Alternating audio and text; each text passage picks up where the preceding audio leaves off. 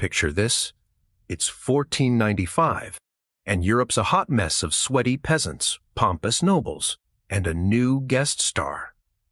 Syphilis, the spicy disease tearing through towns like a scandal at a nunnery. Enter Bartholomew Bottomsworth, or Barty to his mates, a scruffy tanner with dreams bigger than his lice, infested breeches. Barty's life in this muddy village smells like cow dung and regret. But he's got ambition, or at least a vague itch to be less miserable. The air's thick with plague rumors. And syphilis is the talk of the tavern, mostly because it's making everyone's bits itchier than a monk's vows. Barty's no scholar, but he's heard the gossip. Sailors brought this pox back from the New World, and now it's partying harder than a king's coronation. His mate one-eyed Gerald, swears it's a curse from a vengeful witch, but Gerald also thinks turnips predict the weather, so Barty's skeptical. The village is a circus of quacks peddling cures. Think boiled toad juice and prayers to Saint Itch. A lot. Barty's not buying it.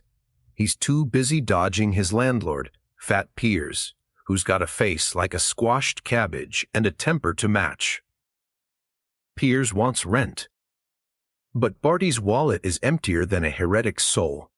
Instead, Barty's eyeing a get-rich, quick scheme, selling miracle. Salves to the syphilis-riddled masses.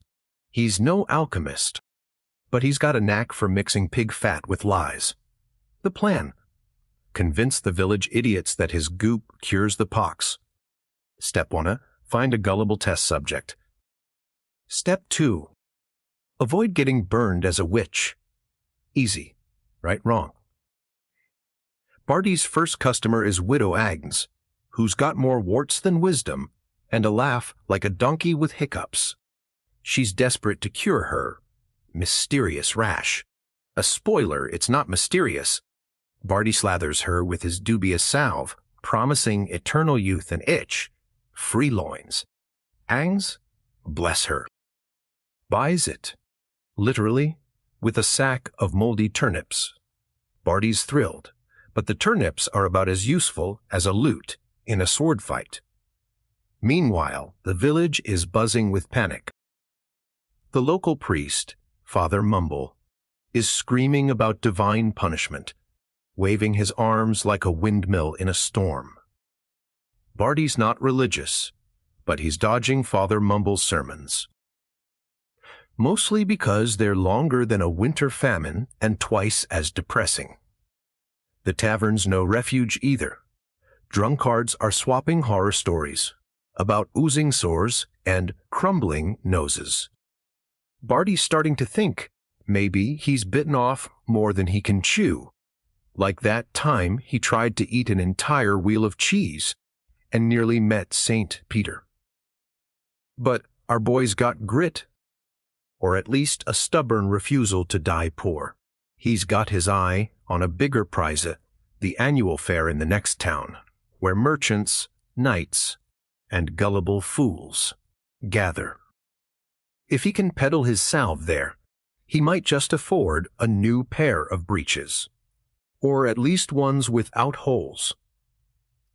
But first, he's got to survive the village's latest drama, a syphilis witch hunt. Some genius decided the pox is caused by vile women, and now every lass with a mole is dodging pitchforks. Barty's not sure what's worse, the disease or the stupidity. Either way, he's got 600 words of chaos to navigate, and he's only just begun. Barty's knee deep in his salve selling scheme, but 1495 Europe's not exactly cheering him on. The village is a fevered dream of paranoia, with folks pointing fingers faster than a bard strums a lute. Syphilis is the new black, and everyone's got an opinion on who's to blame. Witches, foreigners, or that one guy who bathes once a decade.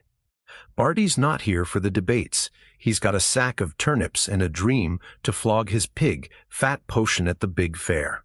Problem is, Widow Agnes is spreading word of his miracle, salve, and now half the village thinks he's either a saint or a sorcerer.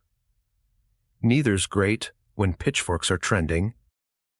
Agnes, with her face like a dropped pie, is now his biggest fan, trailing him like a lovesick puppy. She's convinced his goop cured her rash, though Barty suspects it just scared the itch away with its stench. He's dodging her amorous advances. Think less. Courtly love. More. More help. She's got my ankle. While trying to mix more salve in his hovel. His recipe: pig grease, nettles, and a dash of desperation, stirred with a stick he found in a ditch. It's not science, but it's profitable. Or it would be if Fat Piers wasn't sniffing around for his rent. Piers corners Barty at the tavern, his chin's wobbling like a jelly in a just. Pay up, or I'll toss you to the pigs, he roars. Barty, quick as a weasel, offers a jar of salve instead. Cures the pox, mate, he lies, grinning like a fox in a henhouse. Piers, dumber than a sack of hammers, takes the bait and waddles off, slathering his hairy arms. Barty's free, for now, but the witch hunt's heating up. The village square's a circus. With Father Mumble preaching hellfire and a mob baying for blood, they've nabbed poor Meg, a washerwoman with a mole the size of a groat, and declared her patient zero. Barty's no hero, but he feels a twinge of guilt. Meg once gave him a free sock darn. He's not about to risk his neck, though. He's got a fair to conquer. Packing his salve jars, he hitches a ride with a one-legged peddler named Stumpy, who's got a cart and a grudge against hygiene. The road to the fair is a nightmare. Mud bandits and Stumpy's singing, which sounds like a cat in a barrel. Barty's dreaming of riches, but the fair's a week away, and his jars are starting to smell like regret. Halfway there, they stop at a roadside inn, where the owl's warm and the barmaid's colder. Barty overhears a knight whining about his noble itch, and his ears perk up. A knight with syphilis! That's a gold mine! Barty sidles over, offering his salve with a wink. Guaranteed to save your honor, my lord. The knight, Sir Prancelot, is too drunk to care and buys 3 jars. Barty's jingling coins, but the inn's buzzing with rumors of a new cura, mercury baths. Sounds fancy, smells like death. Barty's not sold. His salve is dodgy, but at least it doesn't melt your face. As he beds down in the hay, dodging Stumpy's snores, Barty's plotting his big fair pitch. Will he be a hero, a crook, or just another fool in a pox-ridden world?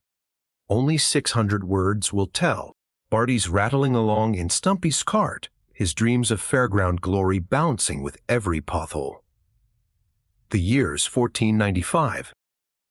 And syphilis is gate-crashing Europe like an uninvited cousin at a wedding. Barty's got his jars of questionable salve, a pocketful of Sir Prancelot's coins, and a growing suspicion that Stumpy's cart is held together by spit and prayers. The peddlers warbling about lost love, each note a crime against music, while Barty's plotting his big break. The fair's a glittering promise of gullible crowds and loose purses, but the road's a gauntlet of mud, misery, and the occasional highwayman. Last night's inn left Barty with fleas and a barmaid's glare.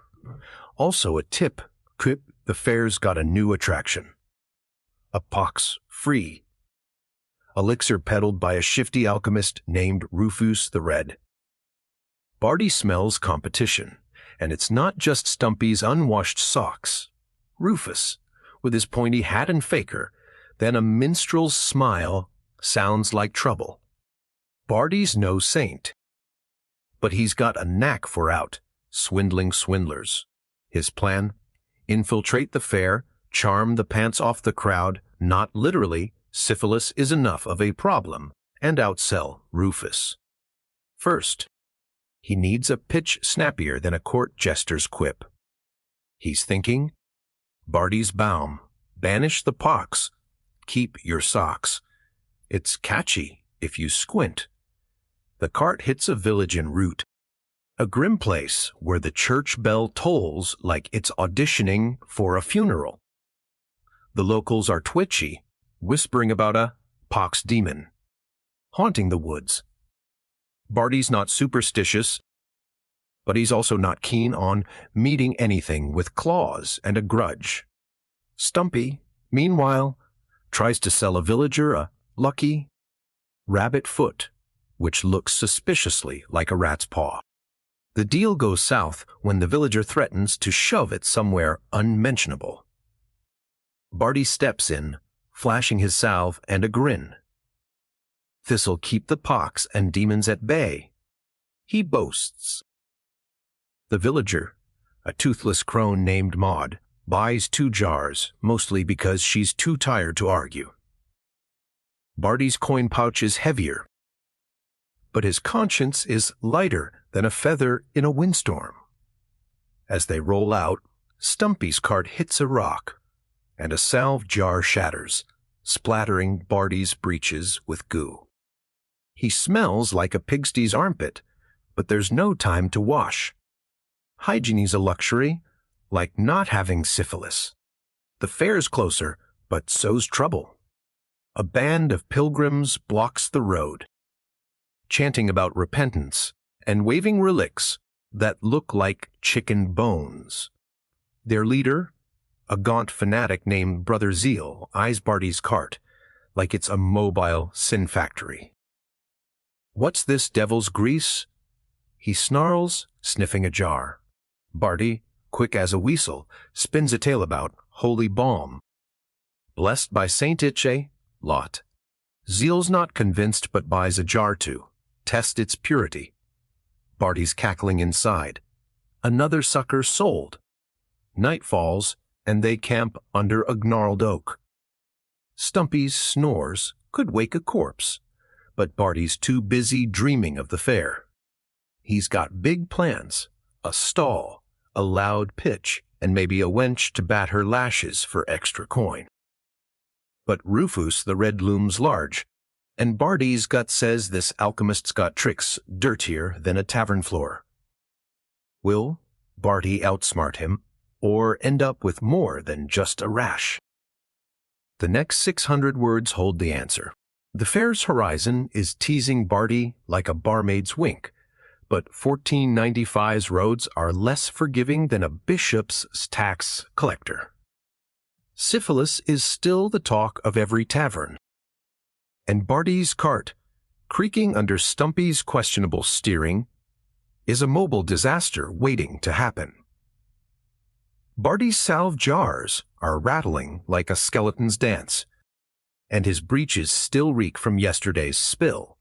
Stumpy's no help, yammering about pox proof. Had he once sold to a duke? Spoiler, the duke's nose fell off. Barty's focused on the fair, where fame and fortune await, or at least enough coin to ditch this muddy hellhole. The village they just left is still buzzing about the pox demon, and Barty's half, convinced it's just fat peers in a bad mood. But the fair's no myth. It's a sprawling chaos of merchants, jugglers, and drunks where Barty plans to sling his salve like a bard slings rhymes.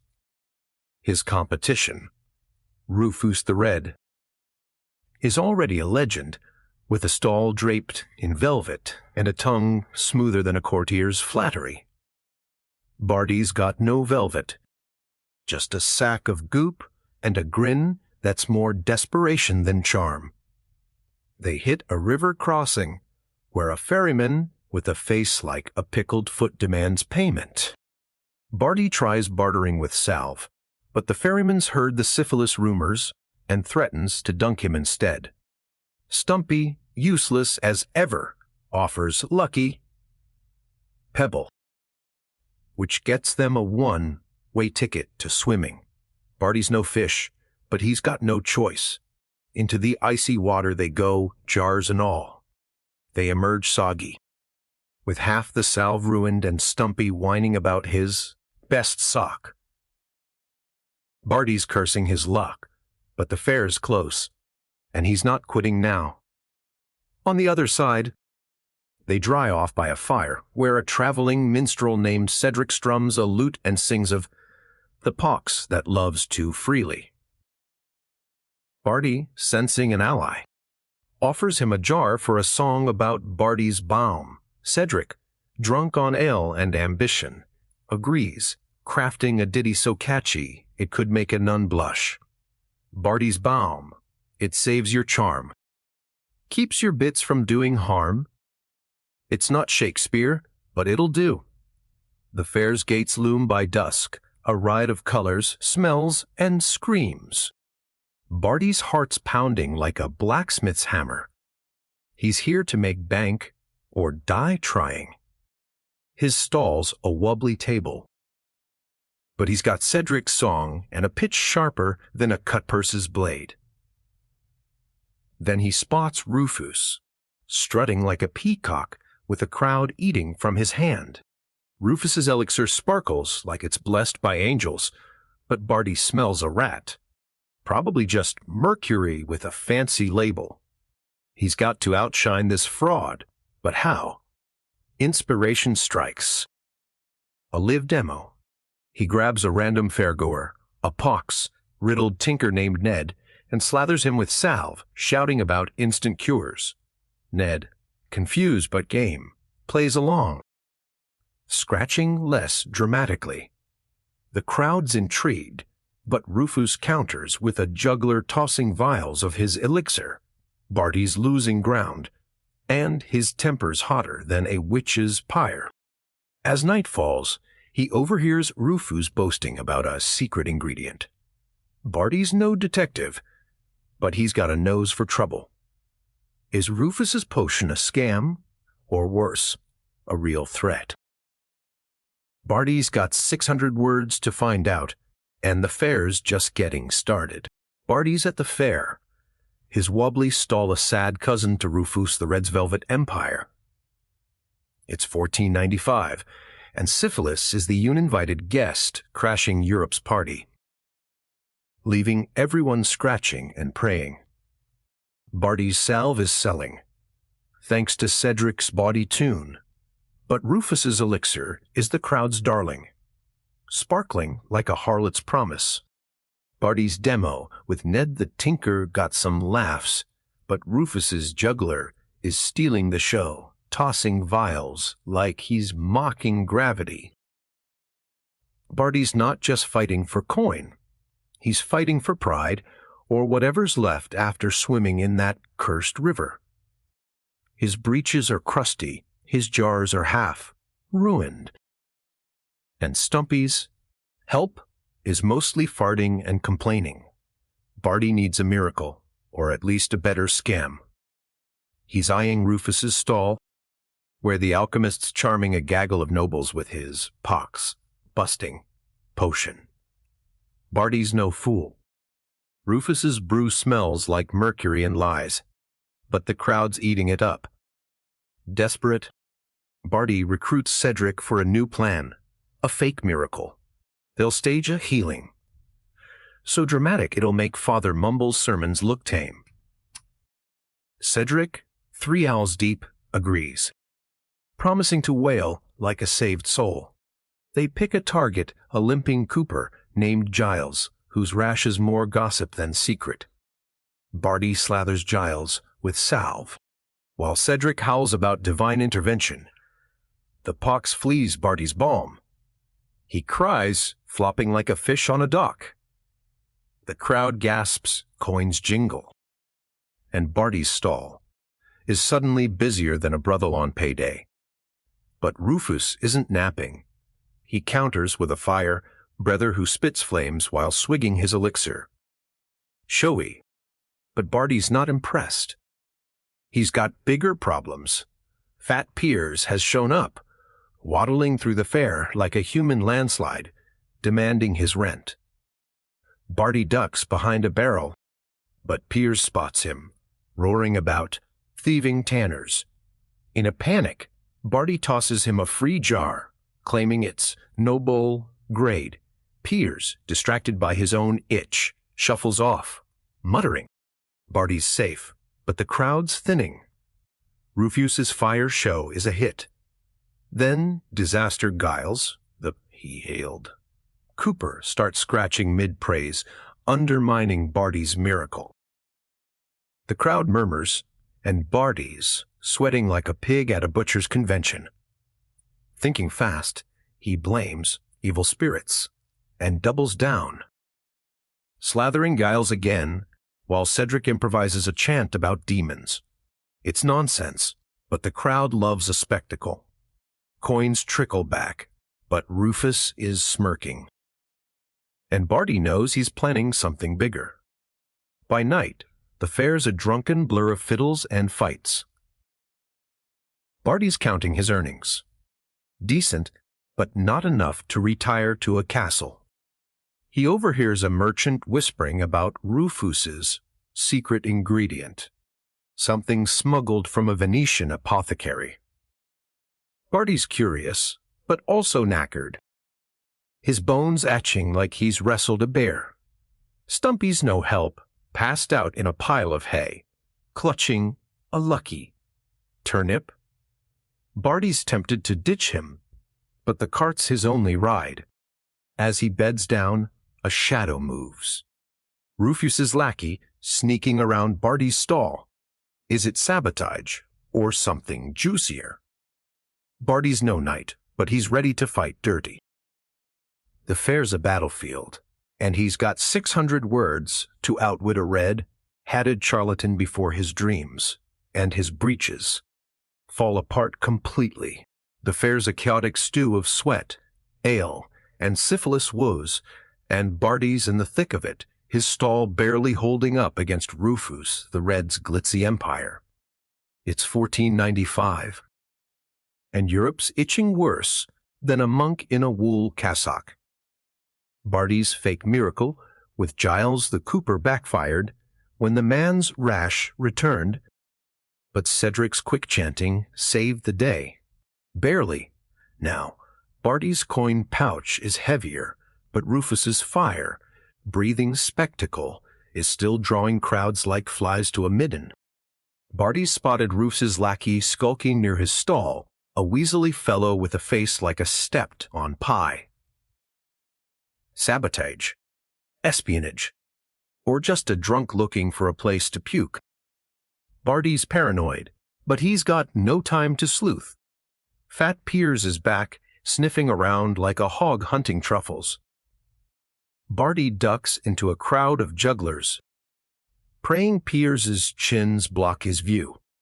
The fair's second day is wilder, with knights justing, merchants haggling, and a pig race that's honestly more dignified than most of the humans.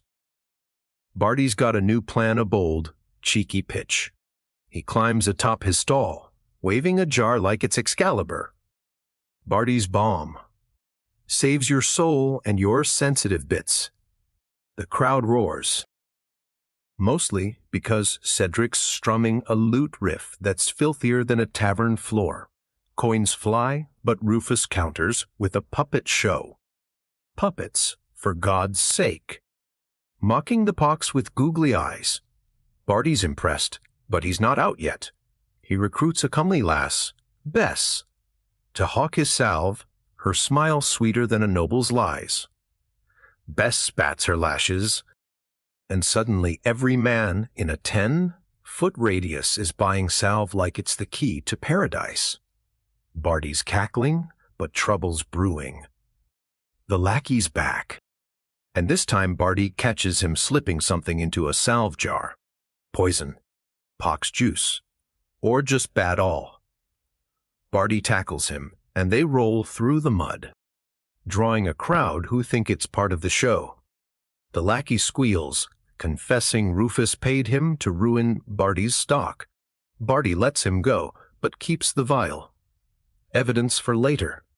Rufus, oblivious, is now preaching about his elixir's Venetian secret, hinting at exotic spices and unicorn tears. Barty's sure it's just mercury with a side of hogwash, but the crowd's lapping it up. He needs to up his game. Enter Maud, the toothless crone from the village, who's tracked him down like a bloodhound with a grudge. She's raving about his salve, claiming it cured her lady troubles. Barty's horrified. She's oversharing details that make the crowd wince. But it's working. More coins. More cheers. Then, disaster. Fat Piers storms in, waving a jar and scratching furiously. This salve is cursed. He bellows, blaming Barty for his worsening itch. The crowd's turning, and Barty's sweating like a heretic at a stake. Cedric, bless his drunken heart, starts a distraction. A bawdy song about Piers's chins. The crowd laughs, and Barty slips away to regroup. He's got the lackey's vial and a hunch about Rufus's scam. As the fair lights dim, Barty's plotting a showdown. He'll expose Rufus or end up in a ditch, but either way, he's got 600 words to keep this pox, written circus rolling. Barty's neck, deep in the fair's madness, dodging Fat Piers's wrath and clutching the vial from Rufus's sneaky lackey. It's 1495, and syphilis is Europe's least favorite party guest, turning nobles and peasants alike into scratching, swearing wrecks. Barty's stall is holding its own, thanks to Bess's charm and Cedric's filthy lute tunes. But Rufus the Red's elixir is still the fair's golden goose. That vial, though, Barty's, sure it's the key to unmasking Rufus as a fraud.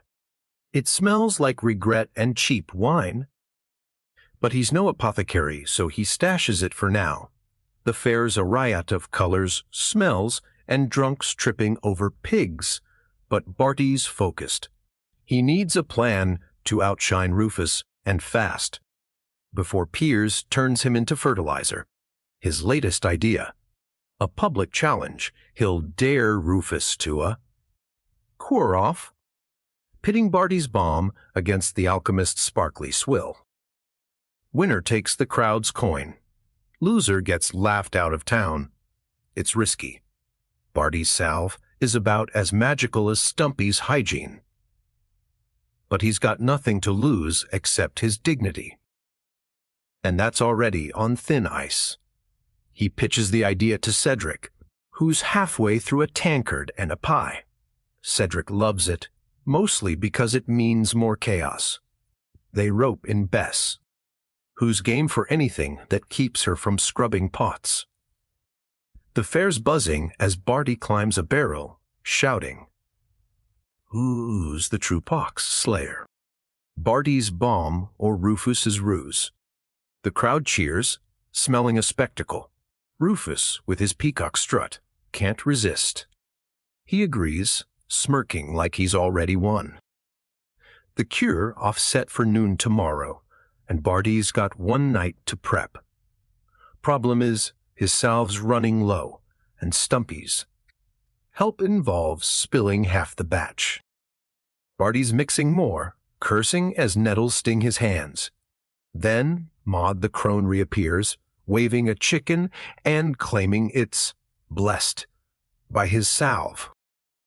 Barty's tempted to strangle the bird, but Maud's a fan, so he nods and pockets her coin. Night falls, and the fair's a drunken haze. Barty sneaks to Rufus's stall, hoping to snoop. He finds a crate of vials, all labeled Venetian Glory. But one's cracked, leaking a familiar stench. Mercury, just as he suspected. Barty's no hero, but he's itching to expose this. He swipes a vial, then bolts when a guard dog barks. Back at his stall, he tests the lackey's vial on a scrap of leather. It bubbles like a witch's brew. Definitely not wine. He's onto something, but Fat Piers crashes the party again, now with a rash that's got its own postal code. "You've cursed me, Bottomsworth," he roars.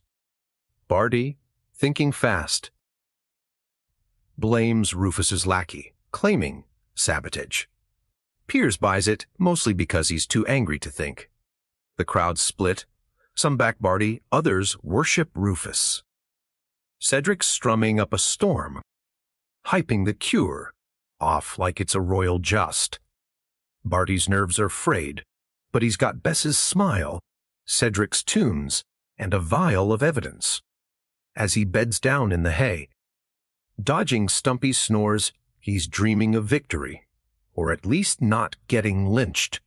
The cure off's coming, and Barty's got 600 words to turn this pox ridden gamble into gold.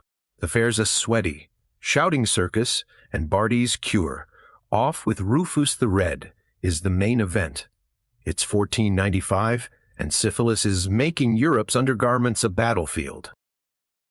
Barty's got his salve, a vial of Rufus's dodgy elixir, and a plan shakier than Stumpy's cart.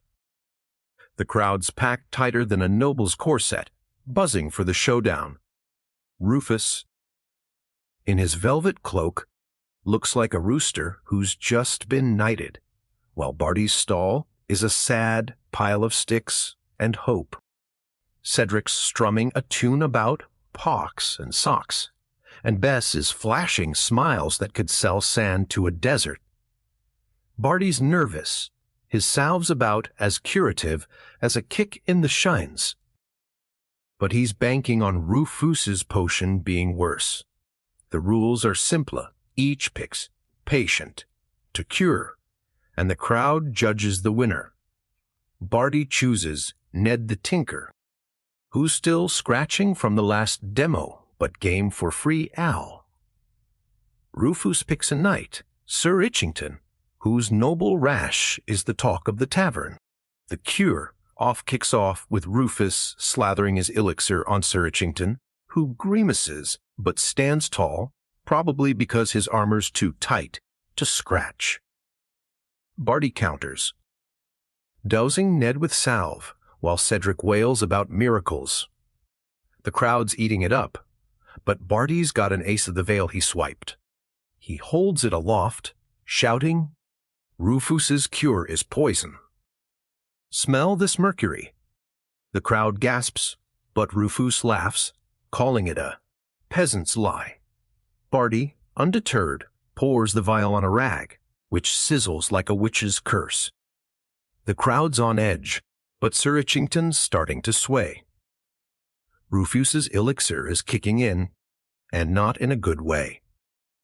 The knight's face is grayer than a storm cloud, and Barty seizes the moment. "My balm's humble, but it won't melt your face," he yells, slathering Ned again. Ned, bless him, fakes a miraculous recovery, hopping like he's dodged the gallows. The crowd cheers, but Rufus isn't done. He pulls out new elixir, claiming it's twice as holy. Barty smells more lies, but the crowd's torn. Then Fat Piers barges in, still raging about his rash and now blaming both Barty and Rufus. In a stroke of genius, or panic, Barty tosses Piers a fresh jar, whispering it's special Piers, dumb as a post, slathers it on, and the crowd watches transfixed. If Piers stops scratching, Barty's golden. If not, he's toast. Meanwhile, Sir Itchington collapses, muttering about burning loins.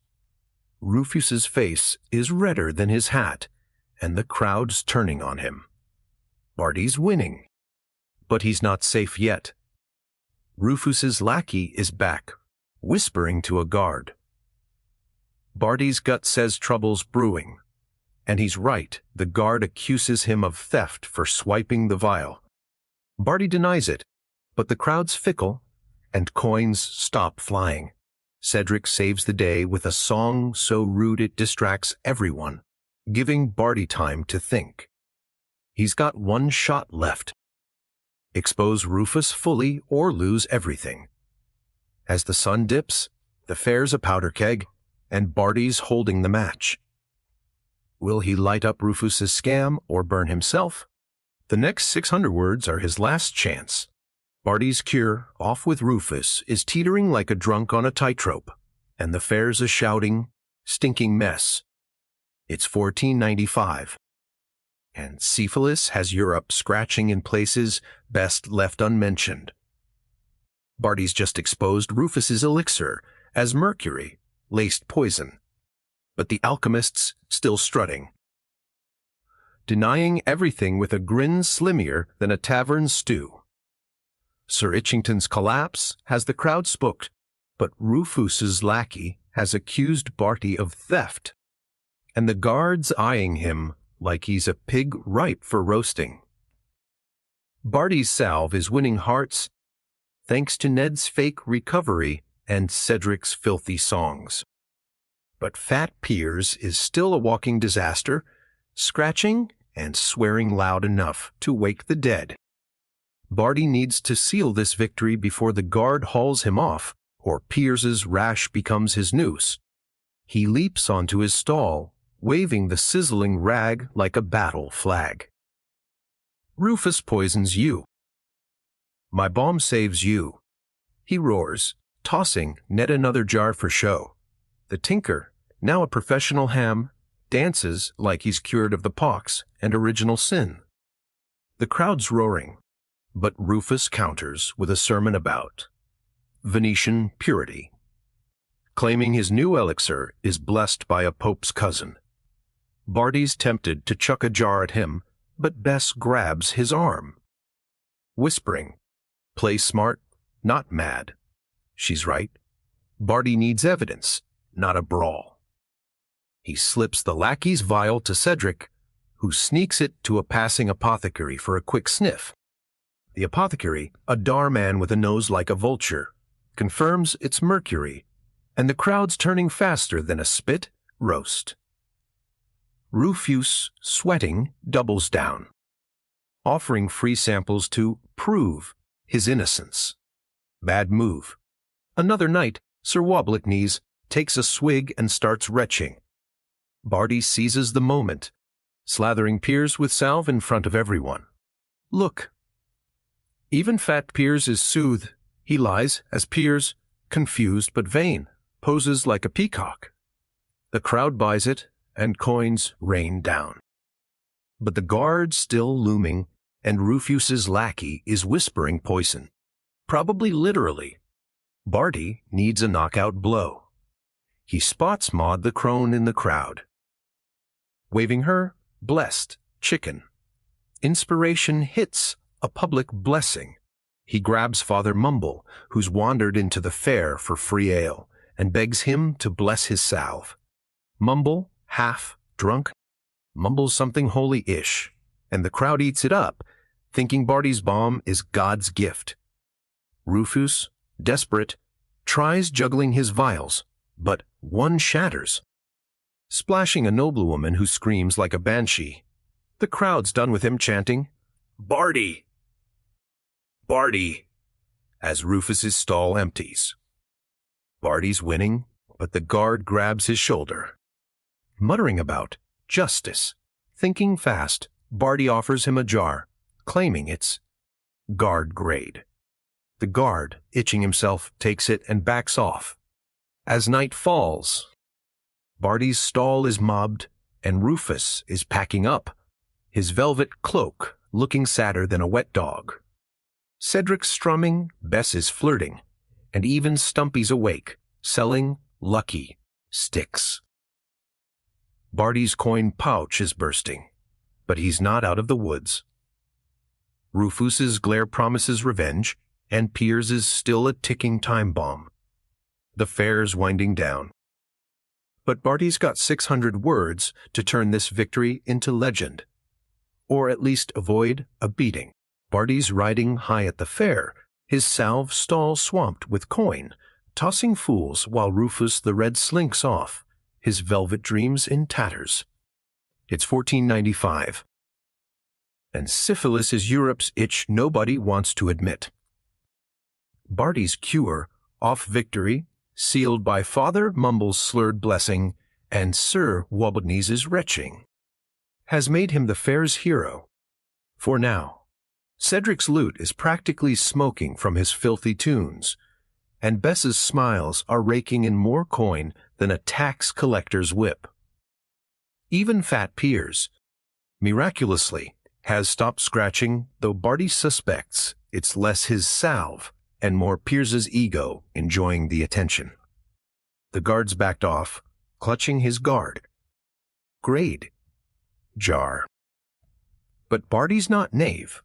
Rufus's parting glare was sharper than a dagger, and revenge is as common as fleas in this pox-ridden world.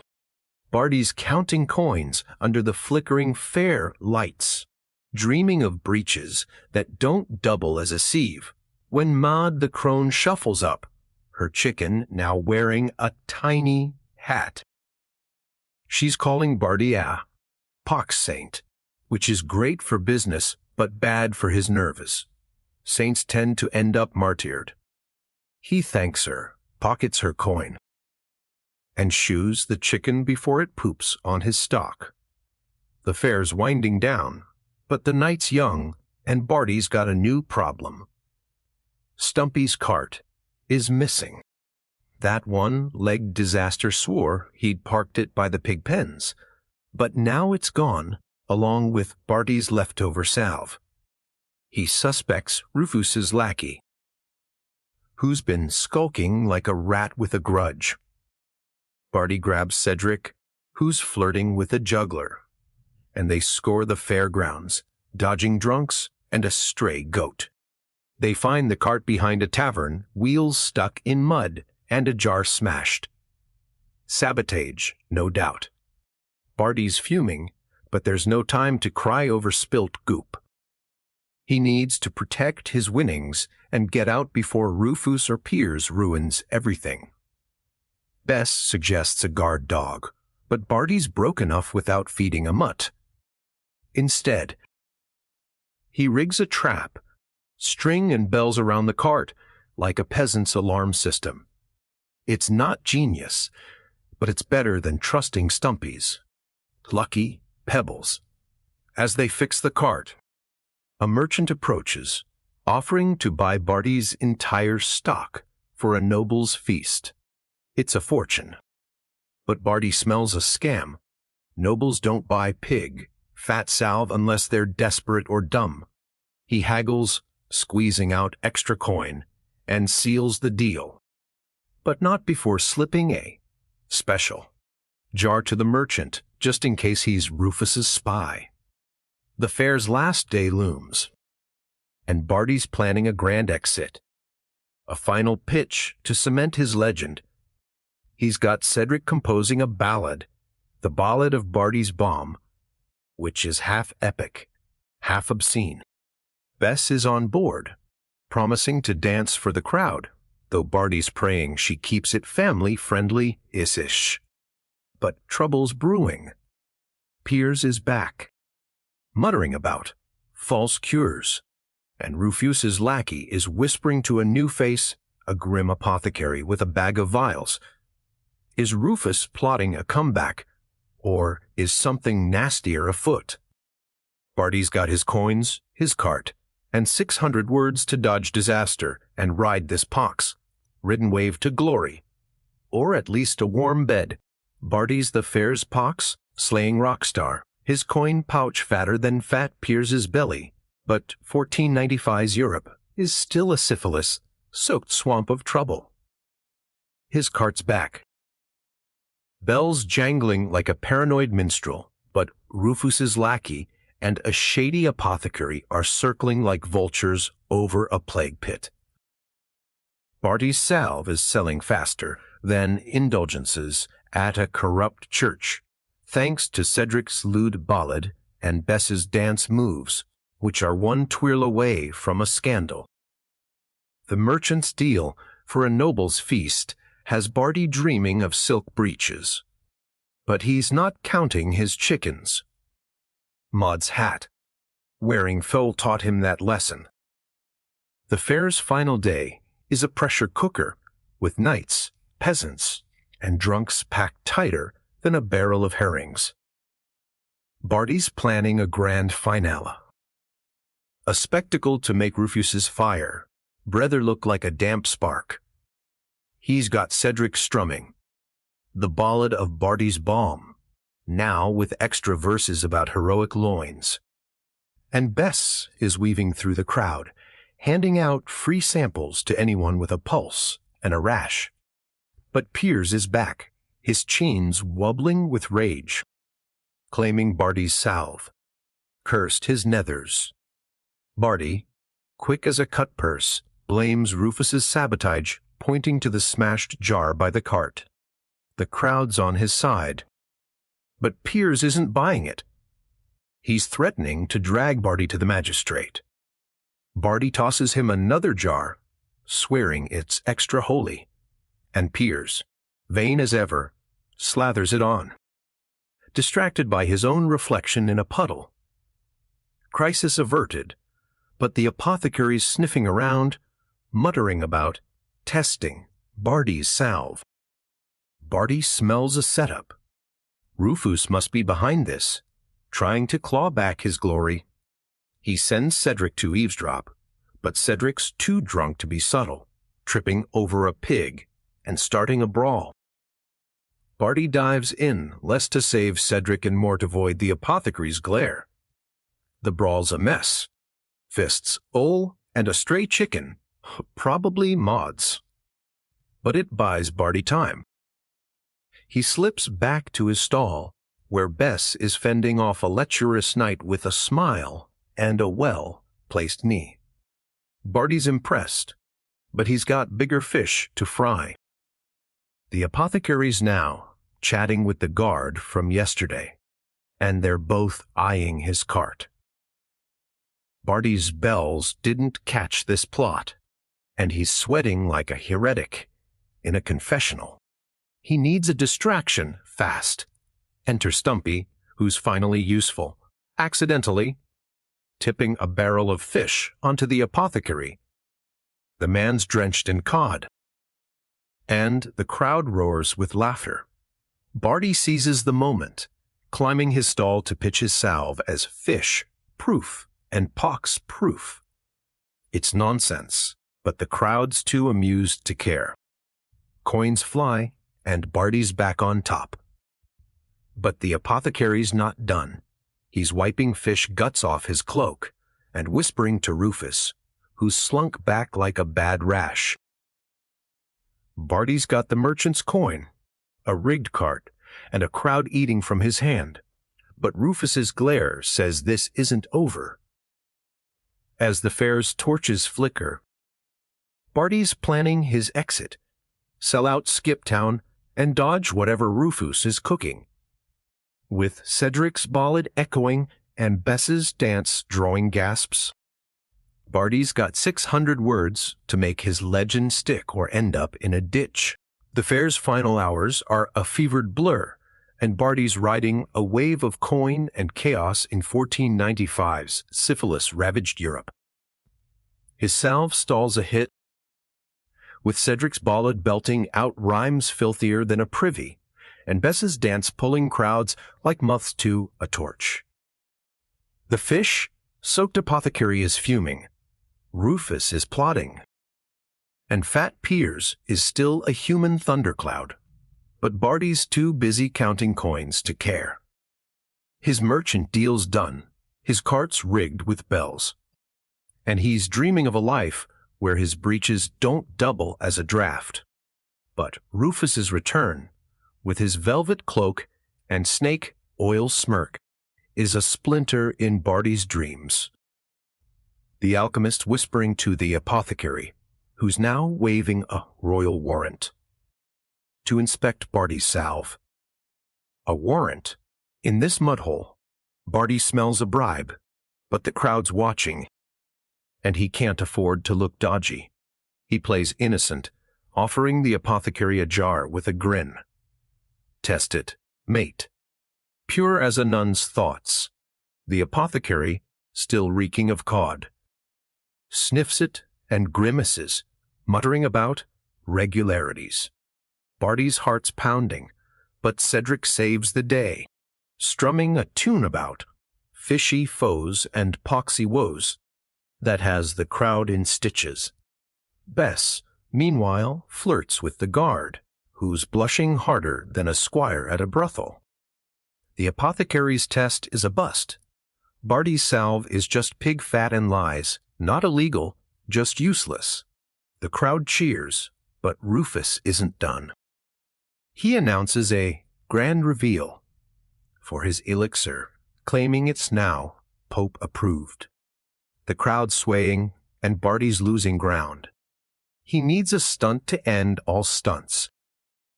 Inspiration hits a fake plague.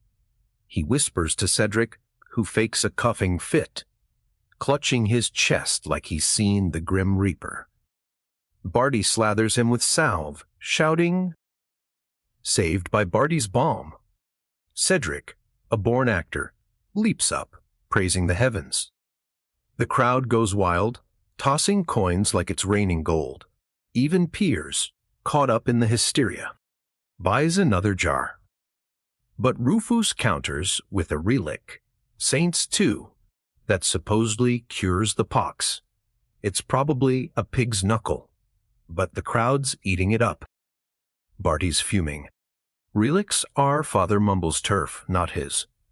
He spots the priest in the crowd, drunk and swaying, and drags him over for another blessing. Mumble slurs something about holy grace, and the crowd's back on Barty's side. The apothecary, fed up, storms off, and Rufus's relic stunt fizzles when the toe falls apart, revealing it's just bone and gristle. The fair's closing and Barty's stall is mobbed. He's sold out. His potch heavier than a knight's ego. But as he packs up, Rufus's lackey slips him a note. Meet me at midnight, or else. Barty's no fool. This smells like a trap, but curiosity's his weakness. He tells Bess and Cedric to guard the cart, ignoring Stumpy, who's asleep with a turnip. The fair's dying down, torches guttering, and Barty's got a choice. Face Rufus's game or run with his riches. With 600 words left, he's leaning toward a showdown, hoping to end this pox-ridden saga as a legend, not a loser. Barty's the fair's pox, busting king, his stall emptied, and his coin pouch bursting. But 1495's syphilis circus isn't done with him yet. Rufus's lackey's midnight note has Barty's gut churning like Badal. Trap or not, he's too stubborn to run. The fair's last embers are fading, with drunks stumbling and pigs snuffling through the muck. Cedric's passed out, his lute cradling a puddle of drool, and Bess is counting coins with a grin that could melt armor. Stumpy's useless, snoring atop his lucky turnip, so Barty's on his own. He stashes his earnings under a loose board in the cart, rigs more bells, and heads to the meeting spot. A shadowy alley behind the tavern. Europe's itching, and Barty's not just dodging syphilis, but Rufus's revenge. The alley's darker than a bishop's heart, and the lackey's waiting, his weasel face twitching. Rufus wants a deal. He hisses, offering half the elixir profits if Barty joins his scam. Barty laughs, partner with a snake who sells mercury. He'd rather kiss fat Piers. He counters, demanding Rufus confess his fraud publicly. The lackey scoffs, pulling a knife shittier than Barty's luck. Barty's no fighter, but he's got a jar in his pocket. He chucks it, splattering the lackey with salve, and bolts, the bells on his cart jangling as he dives behind it. The lackey chases, but trips over a pig, cursing as he faceplants in mud. Barty's cackling, but the noise draws the guard, who's itching worse than ever. You again, he growls, but Barty's ready, tossing him another. Guard, grade jar. The guard, mollified, wanders off, leaving Barty to rethink his life choices. Back at the cart, Bess is livid. Rufus's men tried to loot it while Barty was playing hero. She fended them off with a broom and some choice curses, but the bells are trashed. Barty's impressed, promising her half his next haul. Cedric wakes, suggesting they skip town before Rufus or Piers strikes back. Barty's tempted, but the fair's final market day offers one last shot at glory. He's got no salve left, but he's got a mouth and a crowd. He climbs the cart, shouting about Barty's balm, the pox's doom, and spins a tale of outwitting Rufus's poison empire. The crowd loves a villain, and Rufus's name is mud after the relic fiasco. Coins trickle in, mostly for the story, not the salve. But Piers crashes the party, his rash back with a vengeance, accusing Barty of witchcraft. The crowd's turning, and Barty's sweating like a pig at a feast. Cedric, hungover but loyal, starts a chant. Barty, Barty. Bess joins, twirling to distract the mob. It works. Piers is drowned out, and the crowd's back on Barty's side. But Rufus, ever the cockroach, appears with a new pitch, a pox-free amulet. The crowd's skeptical, but some bite. And Barty's losing ground again. He needs a final trick. He spots Maud's chicken still in its stupid hat and gets an idea. Blessed. Mascot. He holds it aloft, claiming it's pox-proof, thanks to his salve. It's absurd, but the crowd's drunk and desperate. As midnight looms, Barty's got 600 words to end this fair with a bang or a blade. Barty's clinging to his fairground crown, but 1495's syphilis, soaked Europe, is throwing punches. The lackey's knife and Rufus's shady deal have Barty's nerves jangling louder than his cart's bells, now smashed thanks to Rufus's goons. His coin pouch is stuffed. Bess is a broom-wielding legend, and Cedric's ballad is the talk of the tavern. But Fat Piers and Rufus are like boils that won't pop. Maud's hatted chicken is Barty's latest stunt, flapping as he declares it pox-proof, and the crowd's eating it up, tossing coins for the sheer absurdity. It's not a cure, but it's better than Rufus's holy amulet, which looks like a washerwoman's trinket. The fair's final day is a pressure keg, with merchants packing, night stumbling, and syphilis rumors spreading faster than gossip in a brothel. Barty's out of salve, but not out of tricks. He's spinning tales of his balm's miracles, claiming it saved a village from demonic itches. The crowd's half, drunk so they cheer. But Piers is back, his chin's quaking like a storm-tossed jelly. Witchcraft, he roars, pointing at Barty and the chicken. The crowd wavers, and Barty's heart's racing faster than a thief at a gallows. He needs a savior, and Father Mumble, swaying nearby, is it. Barty drags the priest over, begging for a blessing. Mumble, slurring through fumes, declares the chicken God's own fowl, and the crowd roars, forgetting Piers's tantrum. Barty's safe, for now, but Rufus is circling, his amulet pitch gaining traction. Barty spots the apothecary from earlier, now suspiciously cozy with Rufus, and smells a new scam. He sends Bess to flirt for intel, and she returns with gold. The apothecary's selling Rufus, rare herbs, that are just dried nettles. Barty's got him. Rufus's amulet is as fake as his Venetian accent. He climbs his cart, holding the chicken like a scepter. Rufus sells you weeds and lies. My bomb's the truth. He shouts, tossing handfuls of nettles, as swiped from Stumpy's stash to prove it. The crowd boos Rufus, who's sweating through his velvet, but the guard's back, itching and grumpy, demanding Barty's papers. Papers. In 1495, Barty laughs, offering a jar instead. But the guard's not amused. He's Rufus's cousin, apparently. Barty's trapped, but Cedric, revived by Al, starts a brawl by accidentally tripping into the guard. Chaos erupts. With pigs, drunks, and a juggler's torches flying, Barty grabs Bess and the chicken diving behind the cart. Stumpy, awake for once, suggests burning the cart to cleanse the curse. Barty nearly throttles him but settles for a glare. The brawl buys time, and Barty's got a final plan, a public confession. He whispers to Maud, who's thrilled to play prophet, spreading word that Rufus's amulet caused her visions. A really just bad Allah. The crowd's turning. And Rufus's stall is deserted.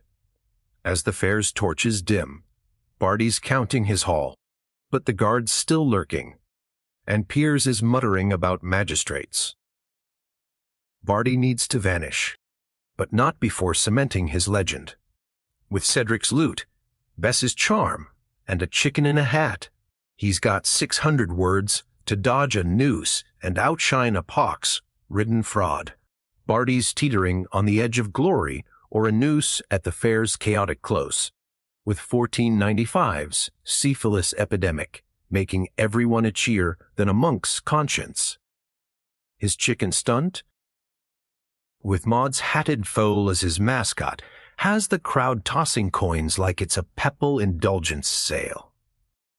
Rufus's amulet scam is crumbling, thanks to Bess's intel about his nettle-filled corpse. But the alchemist's still slithering, and the guard, Rufus's cousin, is sniffing around like a hound with a grudge. Fat Piers is a walking volcano, muttering about witchcraft and magistrates, and Barty's bells are as useless as Stumpy's brain. Cedric's brawl saved the day, but the fairground's a powder keg of drunks, pigs, and torch, juggling lunatics. Barty's out of salve, but his mouth still working, spinning yarns about Barty's bomb, the pox's bane. He's got to wrap this up and skip town before the guard or Piers ruins his day. Maud's spreading her vision nonsense, claiming Rufus's amulet gave her nightmares, and the crowd's turning on him faster than a spit roast. Barty seizes the moment, climbing his cart with the chicken aloft. This fouls Pox, free thanks to my bomb. He yells, and the crowd roars, half for the bird, half for the spectacle. Even Father Mumble, stumbling by, slurs a blessing, calling the chicken divinely scratched. Barty's laughing, but the guard's closing in, his rash redder than Rufus's cloak. Barty tosses him a special jarg, really just mud, and the guard, too itchy to care, backs off. Rufus, desperate, tries a new trick. Healing dance, with a hired wench who's less graceful than a three-legged mule. The crowd jeers, and Barty smells victory. He recruits Cedric for a final ballad, one so rude it makes nuns faint in the next county. Rufus's lies make your bits cry. Barty's bomb keeps your loins spry. The crowd's in stitches and coins pile up. But Piers, undeterred, grabs a torch, threatening to burn Barty's cart as a witch's pyre. Barty's panicking. His coins are hidden in that cart. Bess, quick as a fox, douses Piers with ale, claiming it's holy water. The crowd laughs, and Piers, soaked and humiliated, storms off, vowing revenge. Barty's safe, but Rufus's apothecary pal is back, waving a vial and shouting about legal grease. Barty counters, tossing nettles and yelling, "Test his amulets." They're weeds. The apothecary slips in the mud, and the crowd's done with him. As the fair's last bell tolls, Barty's planning his escape. He splits the coins with Bess and Cedric, promising Stumpy a turnip to shut him up. The cart's packed, but the guard's circling, and Rufus's lackey is whispering to a new face. A magistrate, maybe. Barty's not sticking around to find out. He grabs the chicken, now his lucky charm, and plans to bolt at dawn. But Maud's back, offering a sacred egg as thanks. Barty's tempted to fry it, but he pockets it instead. The fair's over, and he's a legend, but with Rufus, Piers, and a guard on his tail. He's got 600 words to slip this pox-ridden noose and ride into the sunrise. Or at least a tavern. Barty's the fair's pox, defying hero, his coin pouch heavier than a bishop's gilt, but 1495's Europe is still a syphilis-soaked gauntlet. The chicken, now a feathered celebrity in its tiny hat, has cemented Barty's legend, but Rufus's lackey, the guard, and fat Piers are circling like buzzards over a corpse. The fair's done. Its torches snuffed, and Barty's cart is ready to roll, stuffed with coins and Maud's sacred egg. Cedric's ballad is echoing in every drunk's head, and Bess's all, dowsing of Piers, save the day. But the magistrate's shadow looms, and Barty's not keen on meeting a noose. He's planning to slip out at dawn. But the tavern's too tempting. A quick owl before fleeing can't hurt. Right? Wrong. Inside, the place is a zoo of sloshed knights and wenches, with Stumpy trying to sell his turnip as a pox talisman.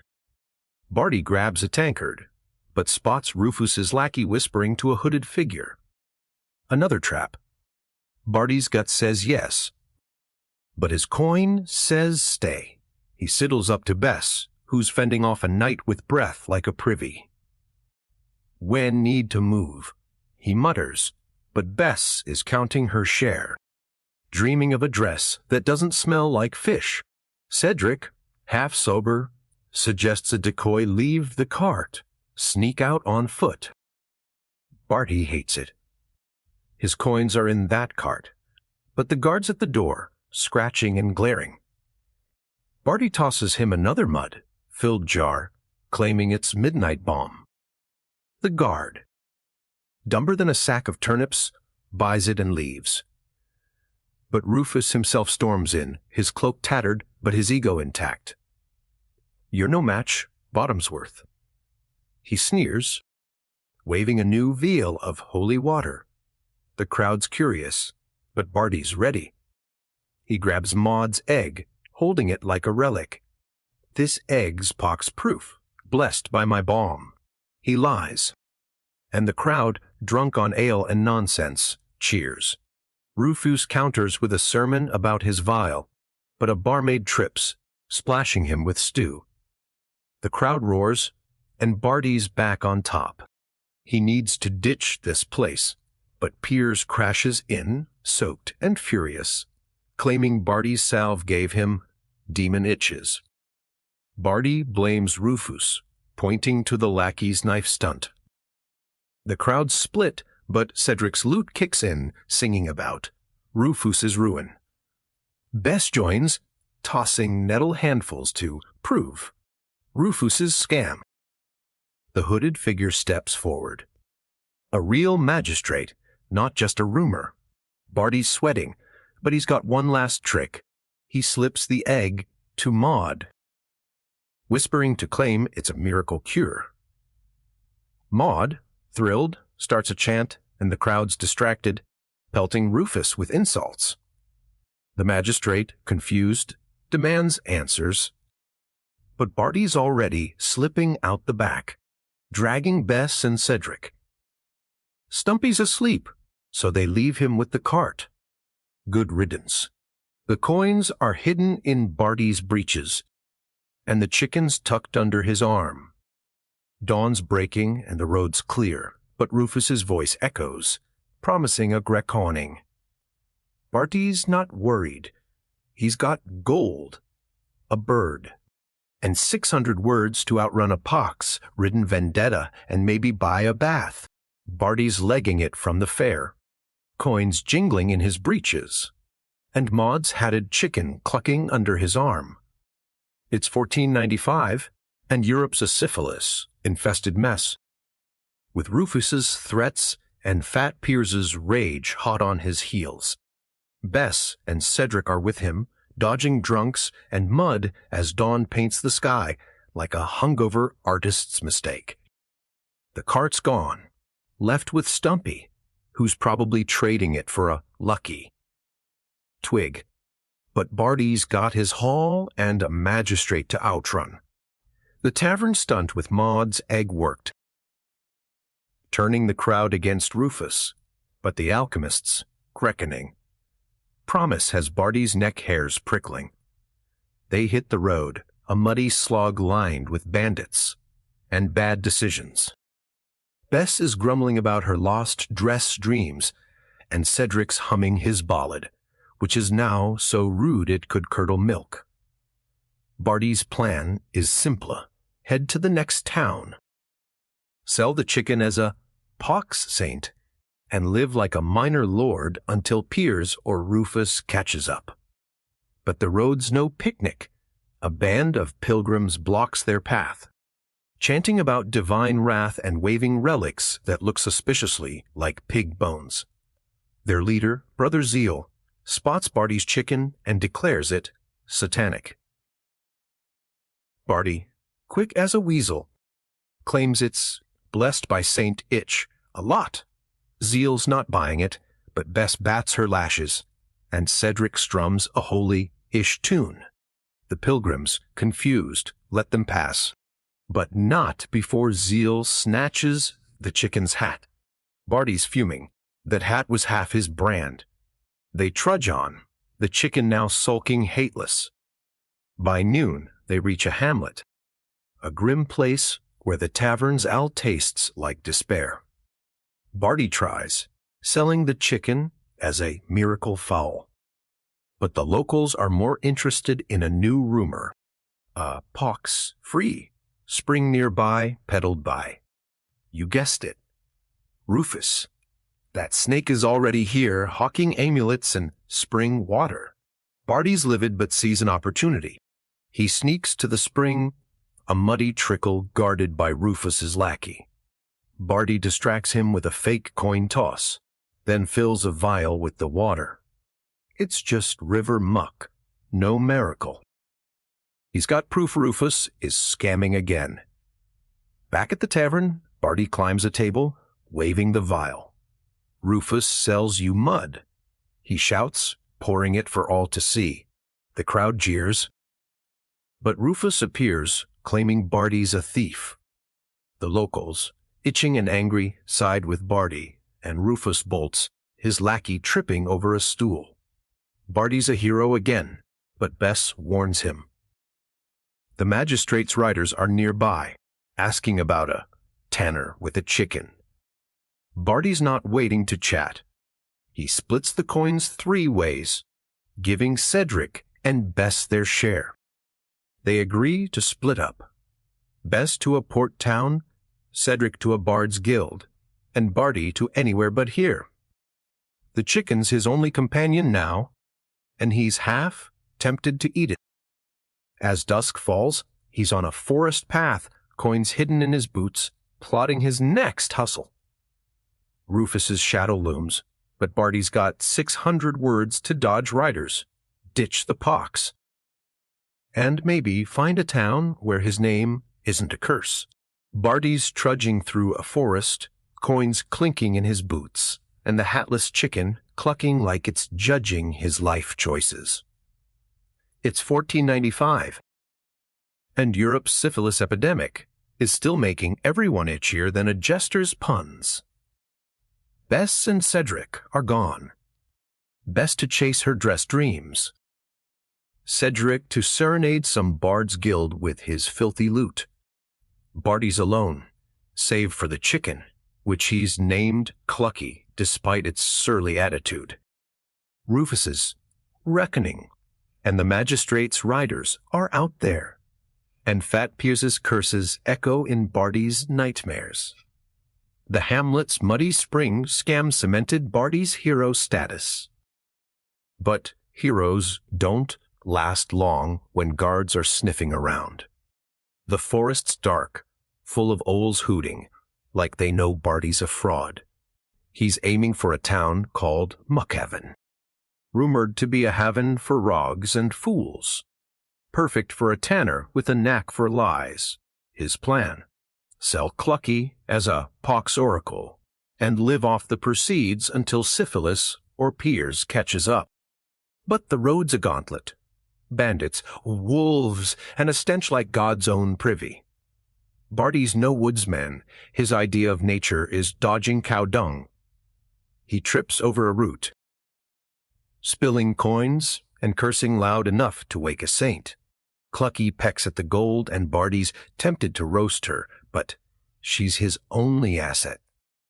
By dawn, he reaches a clearing where a peddler's camp buzzes with shaddy types. One, a gap-toothed rogue named Skimp, offers all for a coin. Barty trades, then pitches Clucky as a miracle bird. Skimp laughs but buys the story, swapping a dagger for a blessed feather. Barty's back in business, but Skimp warns of riders scurrying the woods for a chicken-toting swindler. Barty's gut churns. Rufus must have tipped them off. He moves fast, weaving through the camp, bartering feathers for bread and a cloak to hide his face. Clucky's a hit, with peddlers calling her a pox prophet. Barty's milking it, claiming her clucks predict cures. But a hooded figure watches from the shadows. Rufus's lackey? No doubt. Barty bolts, clutching Clucky, and dives into a thicket. The lackey follows, but trips on a badger hole, cursing as Barty escapes. Muckhaven's close, its smoky chimneys teasing through the trees. Barty's dreaming of a tavern, a wench, and no itches, but a new problem hits. Clucky lays an egg, then squawks like she's possessed. Barty, superstitious for once, pockets it, calling it lucky. In town, Muckhaven's a cesspool of drunks and cutthroats, perfect for Barty's hustle. He sets up in the square, waving the egg and claiming Clucky's divine yolks cure the pox. The crowd's skeptical but desperate, tossing coins for feathers and eggshells. Barty's cackling, but a familiar face looms. Fat Piers, somehow here his rash now a legend. Bottomsworth, he roars, drawing a crowd. Barty, quick as a fox, tosses Clucky at him, causing chaos as the chicken flaps into Piers's face. The crowd laughs, and Barty slips away, coins jangling. Riders are coming, and Rufus's shadow lingers. But Barty's got 600 words to turn Clucky's chaos into a pox, free fortune. Or at least a head start. Barty's scampering through Muckhaven's grimy streets, Clucky the chicken flapping like a feathered fugitive under his arm. It's 1495, and syphilis is Europe's unwanted guest, turning groins into battlegrounds. Fat Piers's surprise attack in the square nearly ended Barty's hustle, but Clucky's face, flapping heroics, bought him time. His coins are safe in his boots, and the lucky egg in his pocket is his latest gimmick. Rufus's lackey, and the magistrate's riders are still out there. And Barty's not keen on testing their hospitality. Muckheaven's a rogue's paradise. Thieves, whores, and all that tastes like regret. But it's also a trap waiting to snap. Barty ducks into a tavern, the Pig's Bladder, where the air's thick with smoke and desperation. He sets Clucky on the bar, pitching her as a pox oracle, whose eggs banish the itch. The drunks are hooked, swapping coppers for eggshells and feathers. Barty's pouch is swelling, but a barmaid whispers that Piers is rallying a mob, claiming Barty's a witch who cursed his loins. Barty laughs. Piers's loins were cursed long before he met any salve, but the mob's no joke. He needs a new trick fast. Enter Groggo, a one-armed blacksmith with a rash and a temper. Barty offers him a feather, claiming it's Clucky's cure. Groggo, drunk and hopeful, buys it, then starts preaching Barty's gospel to the tavern. It's working. But the door bursts open. Piers, redder than a boiled lobster, with a pitchfork, wielding goon. Barty grabs Clucky and dives under a table, spilling ale and curses. The barmaid, a sharp last-named Nell, tosses a tankard at Piers, giving Barty a chance to slip out the back. He's in an alley, heart-pounding, when Clucky lays another egg. Perfect timing. Barty pockets it, dubbing it the miracle yolk, and sprints to the market. There he climbs a crate, waving the egg like a holy relic. Clucky's gift. Pox-free by dawn, he shouts. The crowd, desperate for hope, tosses coins, but Piers's goon is closing in. Barty tosses Clucky into the mob, sparking chaos as drunks scramble for the sacred bird. He bolts, but runs smack into the lackey, who's now sporting a black eye from the badger hole. Rufus wants you dead, he hisses, pulling a knife. Barty, no fighter, chucks the egg, splattering the lackey's face. It's not a weapon, but it's gross enough to work. The lackey slips, and Barty's off, dodging through Muckheaven's maze. He finds a stable, hiding with Clucky, who's unimpressed by her heroics. The coins in his boots are heavy, but riders' hoofbeats echo nearby.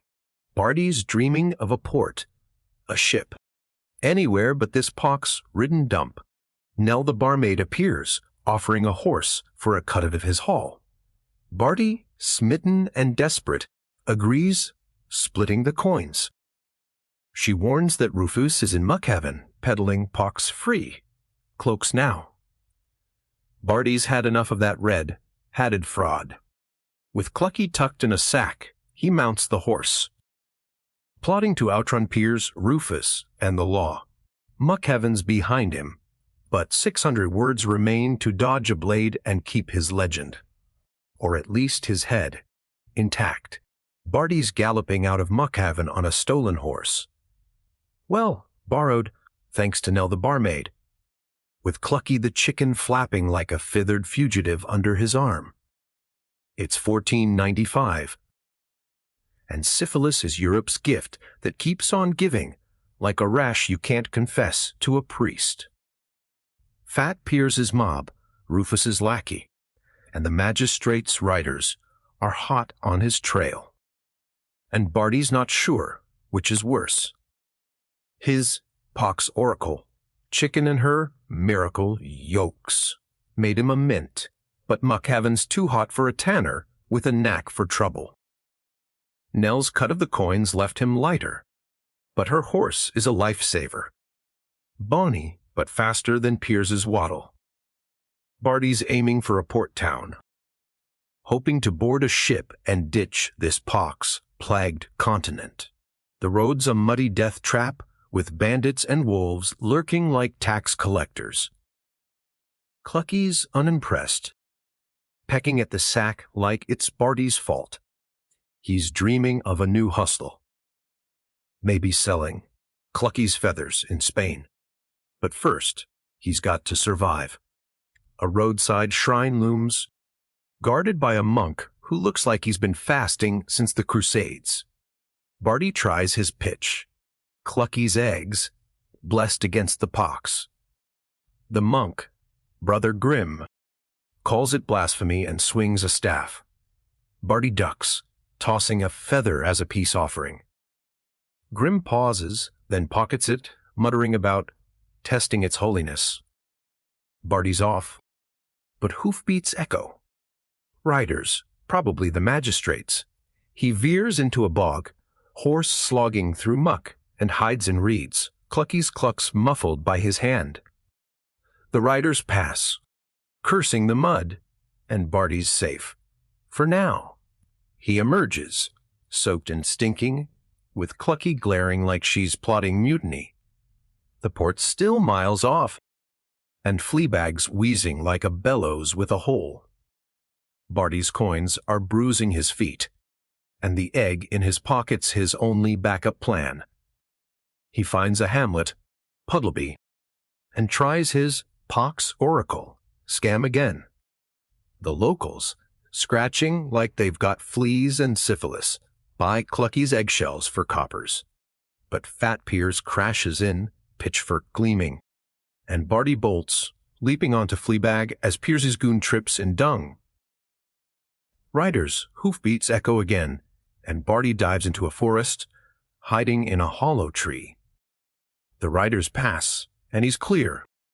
But Clucky lays another egg, squawking like she's possessed. Barty dubs it a sea saint's yolk, planning to sell it at the port. The coast's in sight, smoky, salty, and promising freedom. But a tinker warns that Rufus is there, peddling pox-proof boots. Barty's fuming that fraud's stealing his game again. He needs a killer pitch to outshine Rufus and board a ship before Piers or the riders catch up. Night falls, and he camps by a stream, Clucky pecking his last crust. The port's close. But danger's closer. Rufus's lackey's shadow looms, and Piers's curses haunt the wind. Barty's got coins, a cranky chicken, and 600 words to turn a feathered scam into a ticket out of this syphilitic mess. Or, at least a legendary tavern brawl. Barty's trotting toward the port town, Fleabag, wheezing like a dying accordion, with Clucky stuffed in her sack, clucking complaints louder than a tavern brawl. It's 1495. And Europe's syphilis epidemic is the talk of every alehouse, with folks scratching their unmentionables like it's a new Olympic sport. Barty's coins are jangling in his boots, the sea saint's yoke, in his pocket his latest hustle. But Fat Piers, Rufus's lackey, and the magistrate's riders are tighter on his tail than a miser's purse strings. The port's smoky haze promises ships an escape, but Rufus's pox-proof boots scam has Barty's blood boiling. Nobody out cons a bottom's worth. He needs a pitch so bold it'll make sailors weep and throw gold. The town, Saltwick, is a salty dump of fish guts, drunks, and sailors who smell worse than Barty's breeches.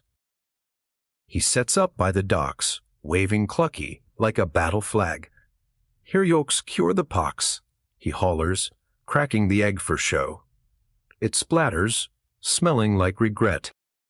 But the crowd, half drunk and fully desperate, buys it, tossing coins for shells and feathers.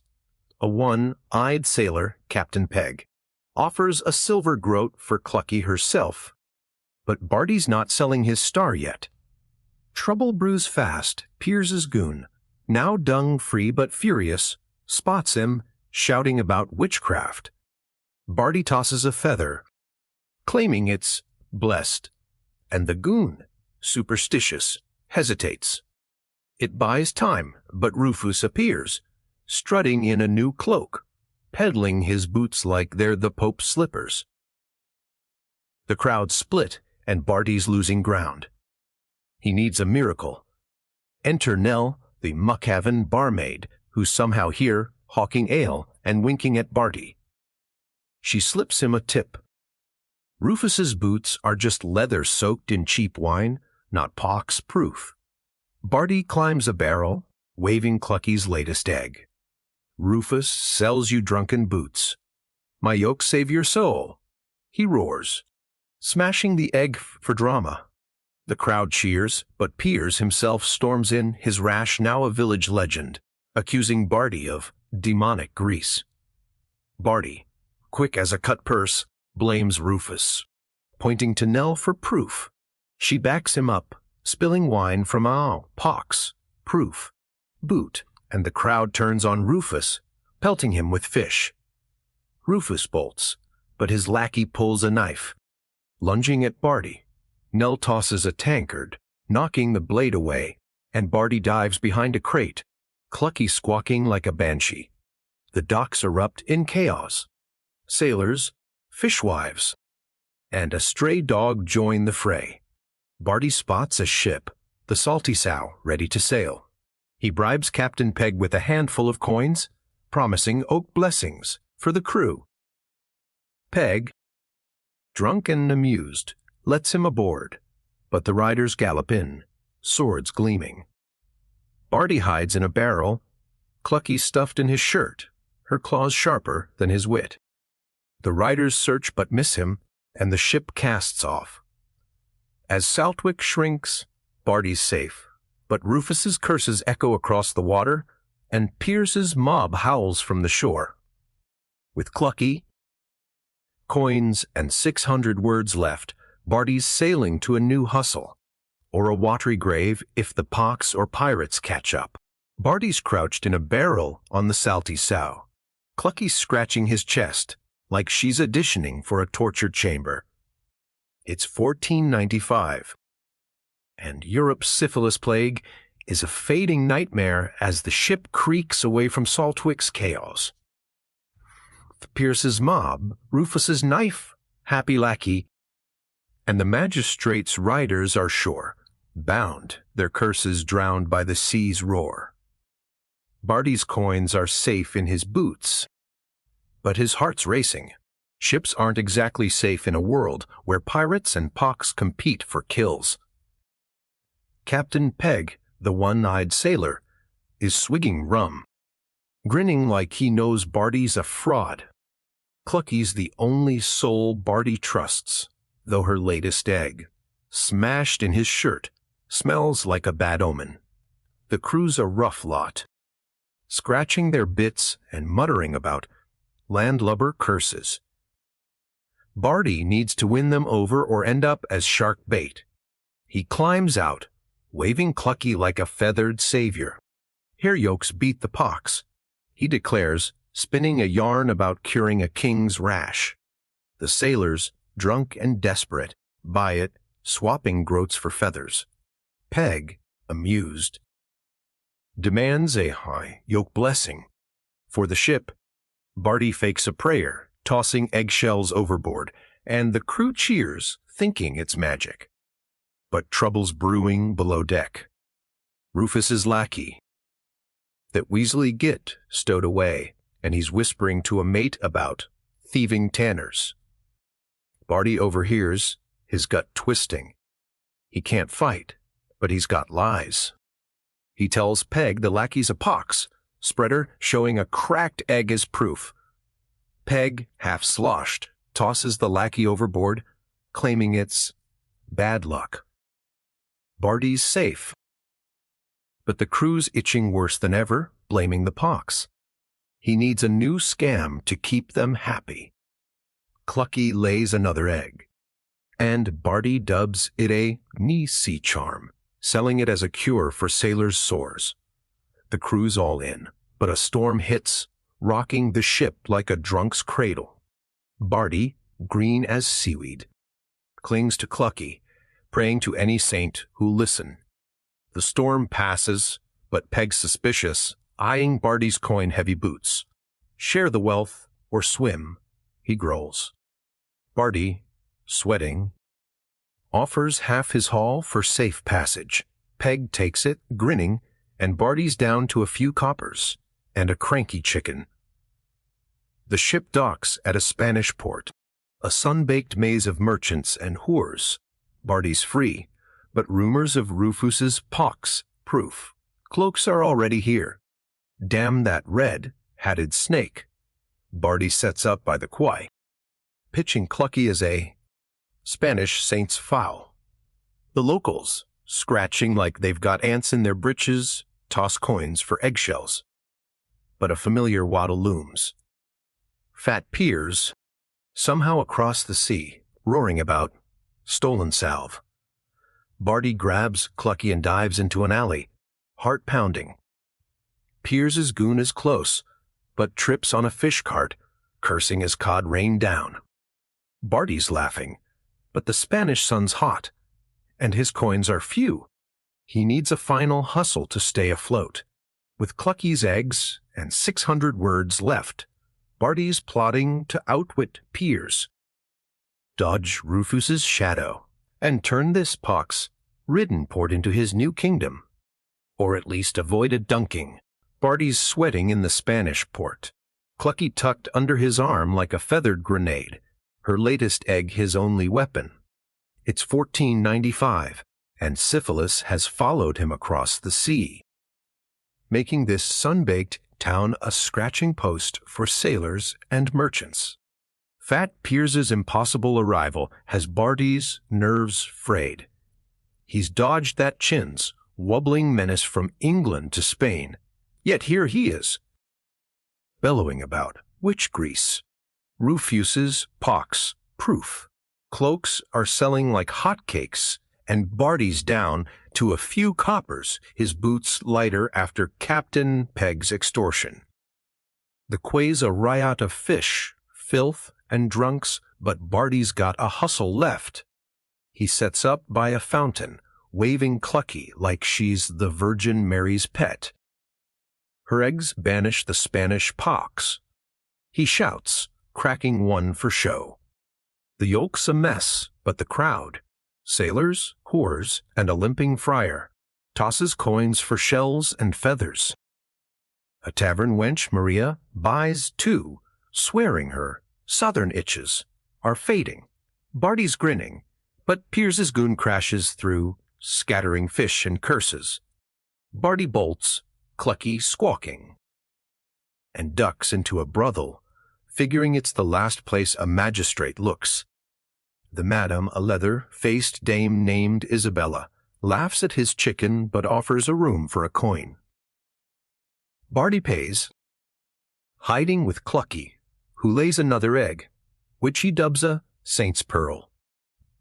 He's planning a new pitch when Isabella warns him Rufus is in town, bribing guards to nab chicken-toting Tanner. Barty's fuming. Rufus is a cockroach that won't die. He sneaks out, pitching Clucky's eggs as holy cures in the market. The crowd's desperate, buying his lies, but Piers himself appears, his rash now a tourist attraction. Bottomsworth, Upox spreader. He roars, swinging a cudgel.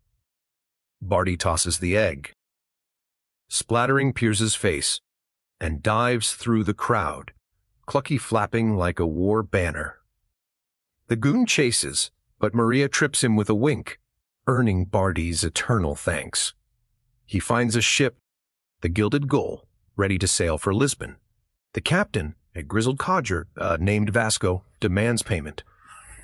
Barty offers his last coins and a blessed feather, claiming it's pox-proof. Vasco, itching himself, agrees, and Barty's aboard, hiding Clucky in a crate. But Rufus's shadow looms. A guard, bribed by that red-hatted fraud, searches the ship.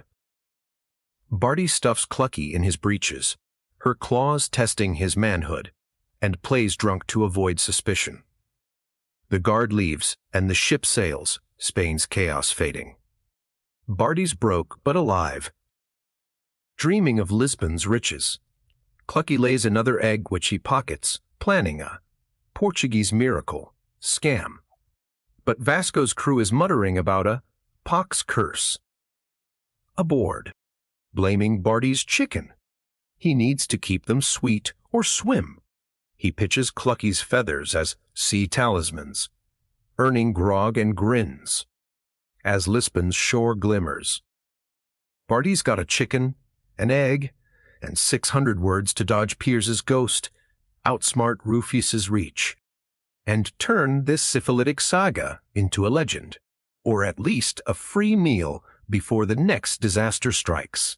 Barty's swaying on the gilded ghoul, Clucky stuffed in his breeches, scratching his pride worse than 1495's syphilis epidemic, which has Lisbon's port itching like a monk's vows. He's dodged fat Piers, Rufus's bribed guards, and Spain's chaos, but his coins are gone, spent on Vasco's passage and Clucky's keep. The crew's muttering about pox curses, eyeing Clucky like she's Satan's hen, but Barty's feathers, as talisman's pitch, has them grudgingly appeased, swapping grog for quills. Lisbon's docks are a sweaty sprawl of merchants, sailors, and whores, all scratching and swearing. Barty's got one egg left, his Portuguese miracle, and a plan to make it big or die trying. He slips off the ship, Clucky under his cloak, and sets up by a fish market, waving her like a prophet's staff. Her yolks slay the pox. He bellows, cracking the egg for show. It's rancid, but the crowd, desperate for cures, tosses coppers for shells and prayers. A pockmarked merchant buys a feather, claiming it soothes his nethers. Barty's cackling, but Rufus's shadow creeps in, a cloaked figure selling pox-free rings, his red hat peeking out. That bastard's everywhere. Barty needs a knockout scam. He spots a friar, Brother Sancho, preaching hellfire. Barty, bold as brass, begs a blessing for Clucky, claiming she's God's fowl. Sancho, half blind and fully vain, blesses her, and the crowd goes wild, coins raining. But Piers's goon, somehow in Lisbon, crashes through, roaring about witch eggs. Barty tosses a feather, claiming it's holy dust, and the goon, spooked, backs off. Rufus, though, steps up, flashing a ring and calling Barty a fraud. The crowd wavers, and Barty's sweating like a pig at a roast. He grabs Clucky, who lays a final egg, perfect timing, and holds it aloft, shouting, "This cures all, or I'm a leper." The crowd cheers, but Rufus pulls a vial, claiming it's Lisbon's elixir. Barty, done with this snake, snatches it and pours it out. Wine, not medicine. The crowd boos Rufus, pelting him with fish. He flees, but Piers appears, his rash a cartographer's dream, swinging a cudgel. Barty dives into an alley, Clucky flapping, and hides in a barrel. Piers passes, cursing, and Barty's safe. But broken, battered, he sells Clucky to a tavern wench for a meal and a bed, keeping one feather as a lucky charm. Lisbon's his new start. No Piers, no Rufus. Just a tanner with a knack for lies. He dreams of a new hustle, maybe selling feather tonics in Italy. As the sun sets, Barty's sipping grog, his breeches egg free and his heart light. Syphilis still stalks Europe, but Barty's legend, forged in scams, eggs, and a cranky chicken, lives on. He's dodged blades, mobs, and the pox itself, turning chaos into coin. With 600 words, a feather, and a grin, Barty Bottomsworth, tanner, turned trickster, toasts to surviving 1495's syphilitic circus. Ready for whatever madness the next town, or the next rash, brings his way.